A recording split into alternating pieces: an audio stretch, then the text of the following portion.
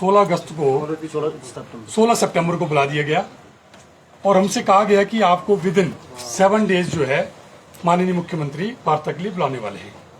तो उसको दृष्टिगत रखते हुए हमने अपना जो प्रस्तावित जनरल हाउस था वो पोस्टपोन कर दिया था और हमें जैसे कि कहा गया था कि 1 वीक हमें टाइम दिया गया था। उसके बाद हमें फिर 16 सितंबर को कॉल आती है सेक्रेटरी टू सीएम की कि माननीय मुख्यमंत्री की तबीयत खराब हो गई है कुछ, तो आप वार्ता के लिए आ सकते हैं। मुझे उन्होंने अथॉराइज किया है।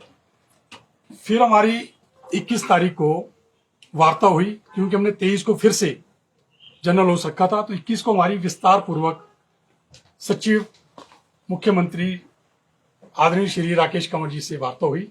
उस पर हमारी पहली जो मांग थी वो यही थी कि हमारे खिलाफ जो प्रिविलेज मोशन और मेमो दिए गए हैं उसको वापस लिया जाए।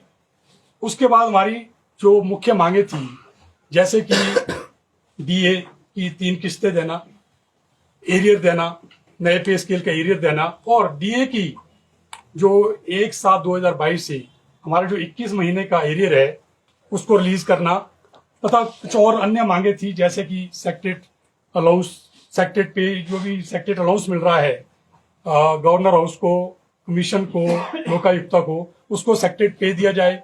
इसी तरह अन्य कई मांगे थी, कॉन्ट्रैक्ट की थी, जो कॉन्ट्रैक्ट और आउटसोर्स की थी, उन पे चर्चा हुई।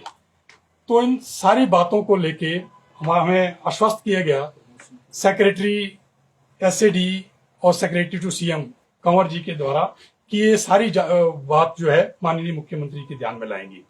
अब जैसे कि माननीय मुख्यमंत्री अब अस्वस्थ हैं, हमें बाहर से भी फोन आ रहे हैं, आप लोग मीडिया बंधुओं के भी फोन आए कि आखिर क्या हो गया, क्या वाकई सचिवालय का जो ये आंदोलन था ये खत्म हो गया है, या सचिवालय के जो कर्मचारी लोग हैं ये डर गए हैं या ये झुक गए हैं, आखिर क्या वजह है कि ना तो आपकी तरफ से कोई स्टेटमेंट आ रही है।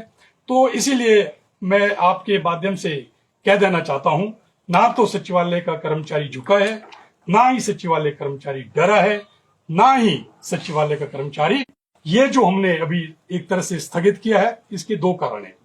पहला कारण, एक तो हमारी वार्ता चल रही है, कल भी हमारी कंवर साहब से बात हुई, कंवर साहब ने कहा है कि आप अपने अपने डिमांड चार्टर दे दो, क्योंकि हमारी 5 एसोसिएशन है। हमने तो पहले ही दे रखा था, सचिवालय सेवा कर्मचारी संगठन ने, जो सबसे बड़ा संगठन है यहाँ का, जिसका मैं अध्यक्ष हूँ, हमने तो पहले ही जो है अपना डिमांड चार्टर दे रखा था। लेकिन हमारे 1-2 जो हमारे संगठन है उन्होंने नहीं दिया था, तो उन्होंने भी जो अपना डिमांड चार्टर दे दिया है और हमारे को कंवर साहब ने आश्वस्त किया है कि बहुत जल्द आपकी मुख्य सचिव के साथ मीटिंग होगी और जैसे ही माननीय मुख्यमंत्री स्वस्थ होके सचिवालय आएंगे उसी दौरान विद इन 2-3 डेज है उनके साथ भी वार्ता हो जाएगी। तो अब हमारा आज जो मीटिंग थी हमारी इसी पर चर्चा हुई है। अब हमने ये निर्णय लिया है कि भी ठीक है, अगर मुख्य सचिव के साथ हमारी वार्ता हो जाती है बहुत जल्द, यानी कि 30 या 1 को, तो ठीक है। और नंबर 2, और जैसे ही अगर माननीय मुख्यमंत्री जैसे ही स्वस्थ होके आते हैं, अगर 3-4 दिनों के अंदर वो हमें वार्ता के लिए बुला लेते हैं, हमारे जो इशू रिसॉल्व हो जाते हैं, तो हम कोई भी आगे कोई इस तरह की कार्रवाई नहीं करेंगे, कोई रोष प्रदर्शन नहीं करेंगे। क्योंकि अगर हमारी मैन तो यही है कि एक तो जो प्रिविलेज मोशन आया है ये बहुत बड़ी बात है, क्योंकि सचिवालय या पूरे हिमाचल प्रदेश के इतिहास में पहली बार हुआ है कि जब चुने हुए कर्मचारी नेताओं के अगेंस्ट जो है प्रिविलेज मोशन आया है। दूसरा, जो हमारे अगेंस्ट जो मेमो इशू है, अभी हमें पता चला है आज ही न्यूज़पेपर के माध्यम से कि सचिवालय प्रशासन ने उसमें फिर से मेरे ख्याल से 15 दिन का टाइम और लिया है, क्योंकि विधानसभा से 15 दिन के अंदर जो है इंक्वायरी कंडक्ट करने को कहा था, रिपोर्ट सौंपने को कहा गया था। अब जैसे कि 15 दिन पिछले कल हो गए थे, ये अपनी रिपोर्ट नहीं सौंप पाए, इन्होंने 15 दिन का और टाइम मांगा है। तो इन दौरान हमारी वार्ता भी शुरू हो गई है। तो अब हम देखते हैं कि इसमें क्या आगे निकल के आता है।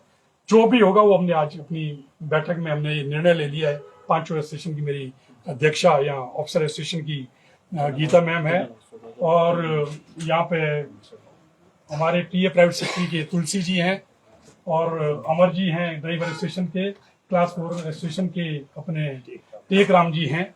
तो हमने सबने ये निर्णय लिया है कि अगर हमारे को जब माननीय मुख्यमंत्री अपना पद ग्रहण कर लेंगे स्वस्थ होकर यहाँ आ जाएंगे। अगर वो 3-4 दिनों के अंदर में नहीं बुलाएंगे तो हम फिर से अपना रोष व्यक्त करेंगे और जनरल हाउस करेंगे। और जब तक हमारी ये मांगे नहीं मानी जाती है तब तक हम संघर्षशील रहेंगे।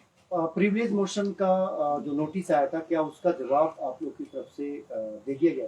नहीं, ये हमारी तरफ से जवाब नहीं जाना था, क्योंकि जो प्रिविलेज मोशन का जो जवाब मांगा है उसमें जवाब नहीं मांगा था। उसमें कहा गया था सचिव विधानसभा की तरफ से कि वो 15 दिन के अंदर इसमें इंक्वायरी करे और इंक्वायरी की रिपोर्ट जो है ना विधानसभा को सौंपे।